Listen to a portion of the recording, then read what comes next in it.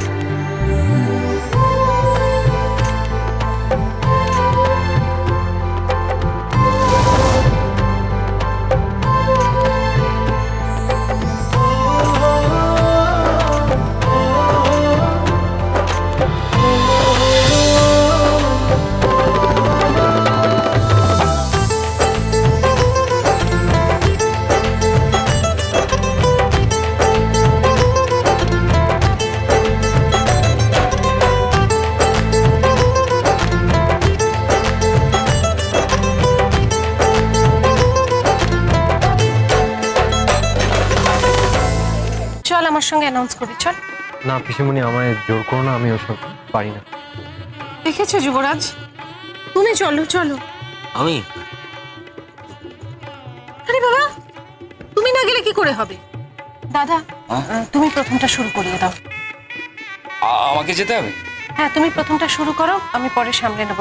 কেন বলছি বলো তো, এখানে এখানে বেশিরভাগ গেস্টই তোমার, হ্যাঁ তোমার পরিচিত। তাছাড়া প্রেস আছে, আরো লোকজন আছে, অনেকের অনেক রকমের কৌতূহল, জানো তো? সেই জন্য বলছি শুরুটা তুমি করে দাও। হ্যাঁ দাদা, অপূর্বা কিন্তু এটা ঠিক বলেছে। দেখুন, একমাত্র আপনি পুরো ব্যাপারটা ক্লিয়ারলি সবাইকে বুঝিয়ে বলতে পারবেন। দেশের লোকজন আছে, কে কোথায় কী সব লিখে ফেলবে, তাই জন্য যেটা সত্যি সেটাই কিন্তু লোকের জানা দরকার। ঠিক আছে, চল চল চল চল। পায়েল চলো। কোথায়? আরে চলো না। আরে এসো এসো।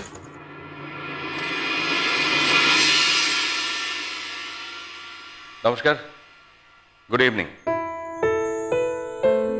সকলে যারা আজ এখানে আমার ছেলের বিয়ের রিসেপশনে এসেছেন, সবাইকে আমি আন্তরিক কৃতজ্ঞতা জানাই। আমরা আপনাদের কাছে কৃতজ্ঞ যে আপনারা সবাই আপনাদের অমূল্য সময় থেকে সময় বার করে এখানে এসে আমাদের পাশে দাঁড়িয়েছেন।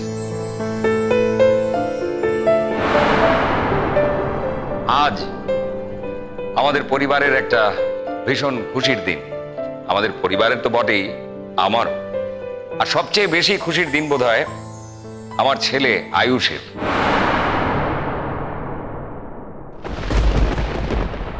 আমি জানি আপনারা এখানে সব মিডিয়ার লোকজন আছেন, সংবাদ মাধ্যমের লোকজন আছেন। এই বিয়েটা নিয়ে তাদের মনে নানা রকম কৌতূহল আছে। আপনারা অনেকেই জানেন যে এই বিয়েটা আমার ছেলের প্রথম বিয়ে নয়।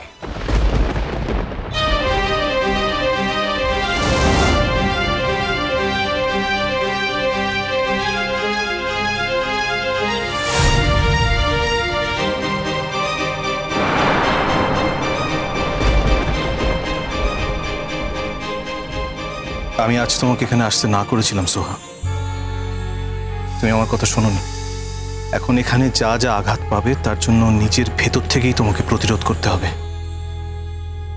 আমার আর কিছু করার নেই। আমি আর কোনো আঘাত পাই না ঋষি, আমি আমার সমস্ত আঘাতকে জয় করতে পেরেছি। সোহা, তোমার মুখের প্রত্যেকটি রেখার বদল আমি বুঝতে পারি। আমি দেখেছি তুমি আয়ুষকে দেখেছো, তোমার দিদিয়াকে দেখেছো।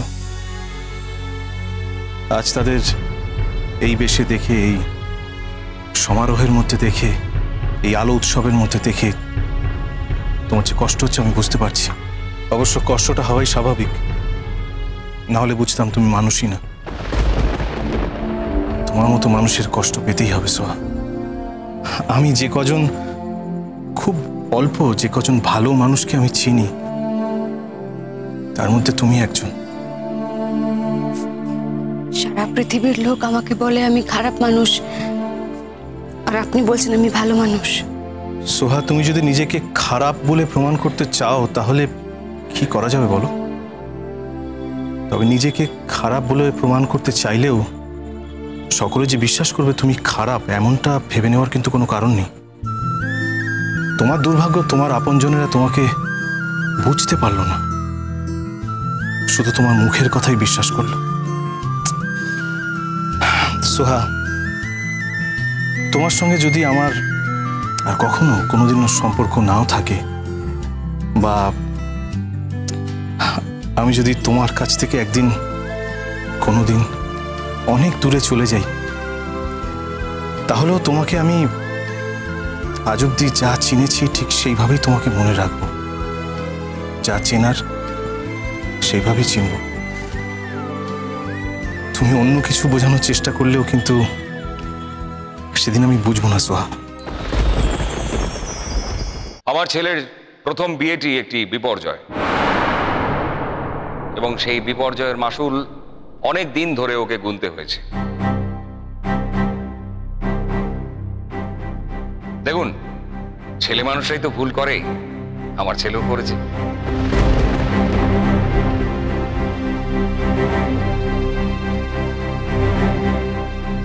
তবে একটা কথা না বলে আমি থাকতে পারছি না।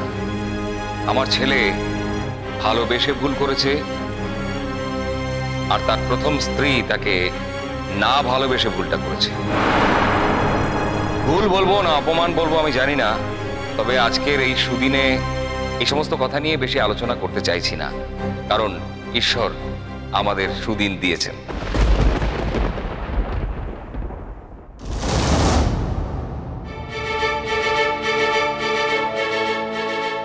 আমার ছেলে যে নিদারুণ অপমান এবং কষ্ট ভোগ করছিল তা থেকে তাকে মুক্তি দিয়েছে।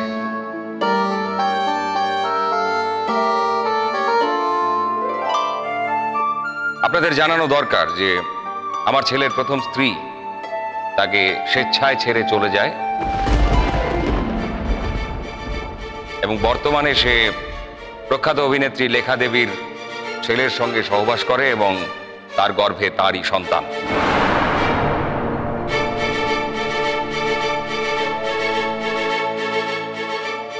এমতো অবস্থায় আমার ছেলে তার পাশে পেয়েছে মিতুলের মতন একজন পরম সম্পদকে। মিতুল আমার ছেলের বর্তমান স্ত্রী, পেশায় ডাক্তার এবং অসম্ভব একটি ভালো মেয়ে।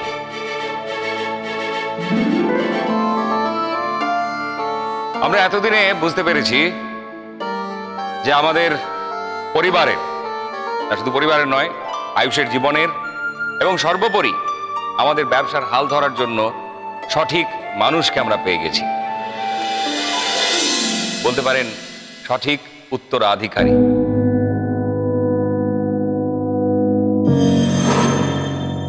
আপনারা ওদের আশীর্বাদ করুন। আমি আর বেশি সময় নেব না, কারণ এখনই এখানে বিভিন্ন রকম সাংস্কৃতিক অনুষ্ঠান, গান বাজনা হতে থাকবে।